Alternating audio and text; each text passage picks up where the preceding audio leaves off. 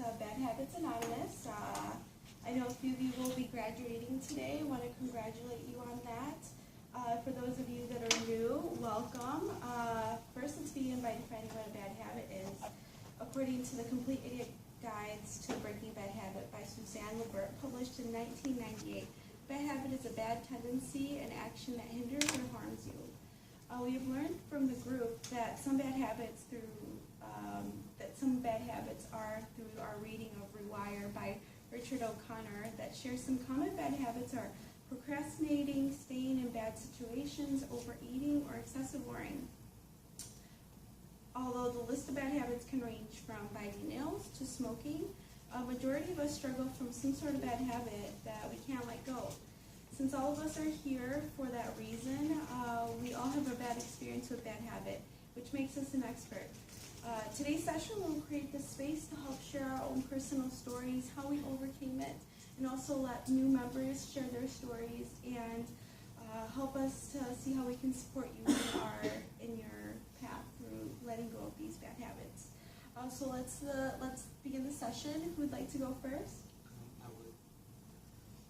Hi everyone, I'm Greg, and I used to be a big nail biter. It all started when I was hitting puberty. I read the comic of Sabretooth, and I've seen how he used his nails for evil. I was appalled, disgusted, so much to the point where I started biting off my nails.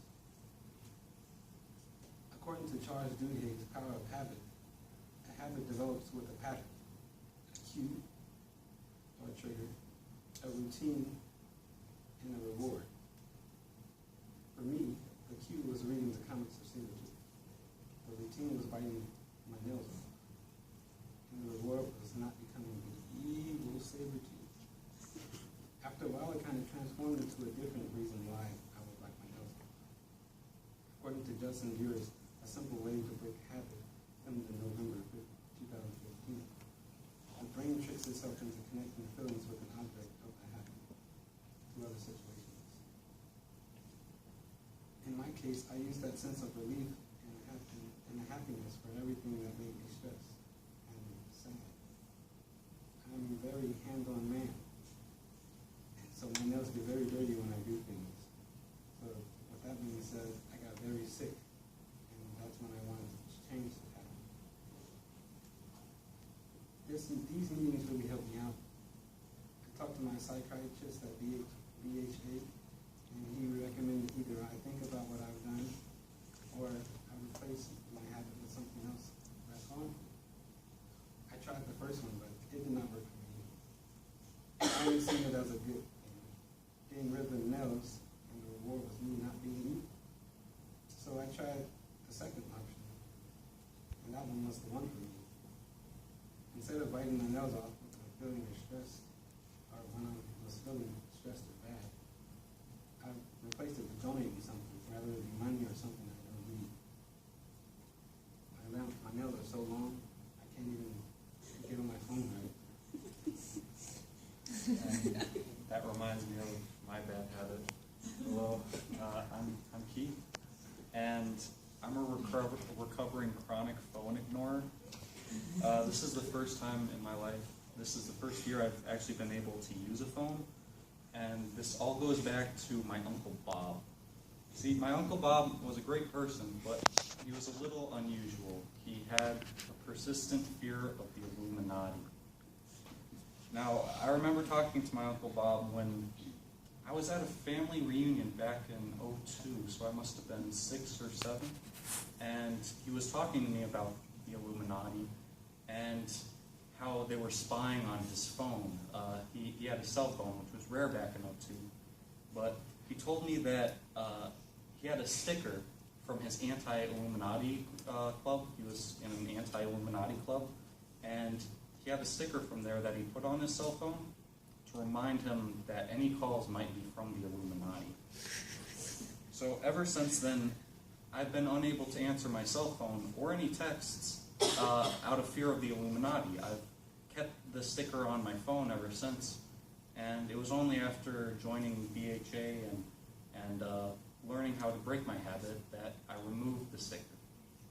See, According to an article by NPR from 2012 on habit formation, there's a cue or a trigger that automatically tells your brain to go into automatic mode. And that means it means carrying out the habit, which for me was not answering my cell phone. So when I went to BHA, they helped teach me that the sticker and its connection to the Illuminati was the reason I wasn't answering my cell phone. And they helped me learn how to break my habit, and according to an article by Psychology Today, posted by William Clem in 2015, becoming hyper-aware of your habit can help you change it. So, at BHA, I took the Illuminati sticker off, and I've learned to now answer my cell phone. Wow, that's amazing. Congratulations. Wow, that's so inspiring and so uplifting. Good job too, Greg. I'm just impressed. For all the new members here, would anybody like to speak and share their story, perhaps? I'll talk about mine. Okay. Hi, my name's Chris, and I'm chronically late. You guys have really come a really long way with your bad habits, but I'm still in the process of dealing with my own problems. Although I barely made the bus this morning to get here, I did do some research on how to overcome my habit.